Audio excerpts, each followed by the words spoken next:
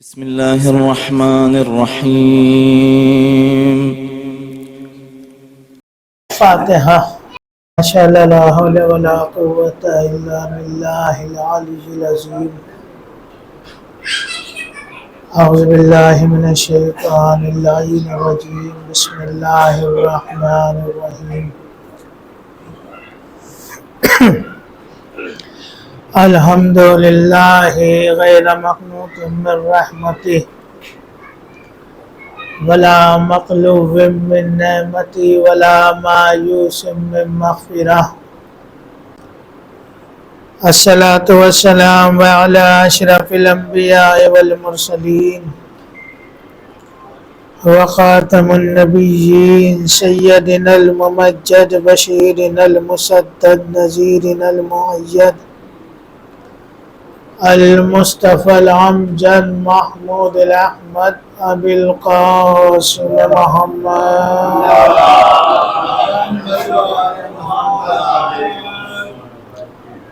وأهل بيت الطيبين الطاهرين لا سيما على صاحب الدعوة النبوية والصولة الهيدرية والإسمة الفاطمية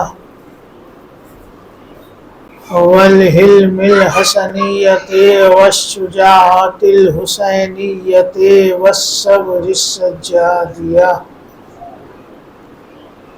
والآثار الباقرية والمآثر الجعفرية والعلوم الكاظمية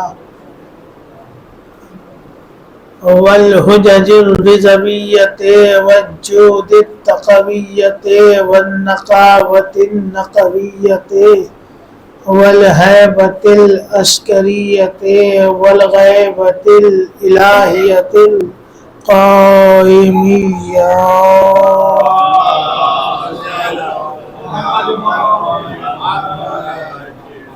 الذين أذهب الله عنهم الرجس وطهرهم تطهيرا.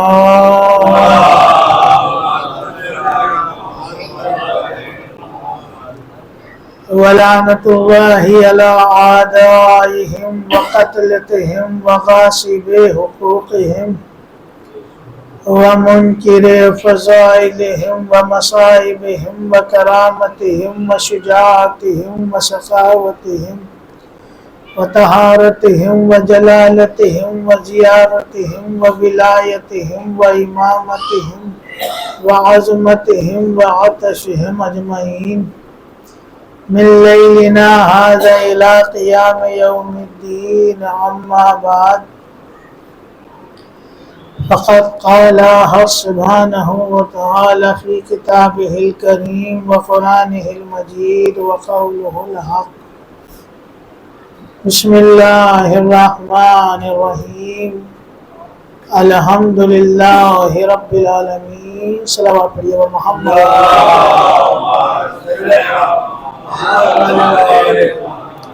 عزیزان محترم، برادران ایمانی، اس سے قبل کہ آپ حضرات سے آغاز گفتگو کیا جائے، گزارش گزار ہوں کہ ایک مرتبہ سورہ الحمد اور 3 بار سورہ توحید کی تلاوت فرما کر سید نثار احمد ابن صادق حسین، بدر النساء بنت سید علی کوثر، تہذیب حیدر ابن علی کوثر، صغیر احمد ابن صادق حسین، امتن بی بی بنت مولا بخش کی روح کو ارسال فرما دی. ایک بلند ترین صلوات پڑھتی ہے.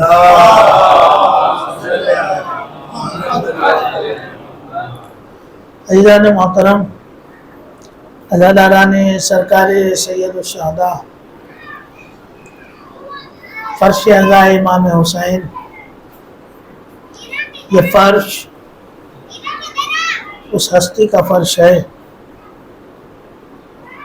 کہ جس کے لیے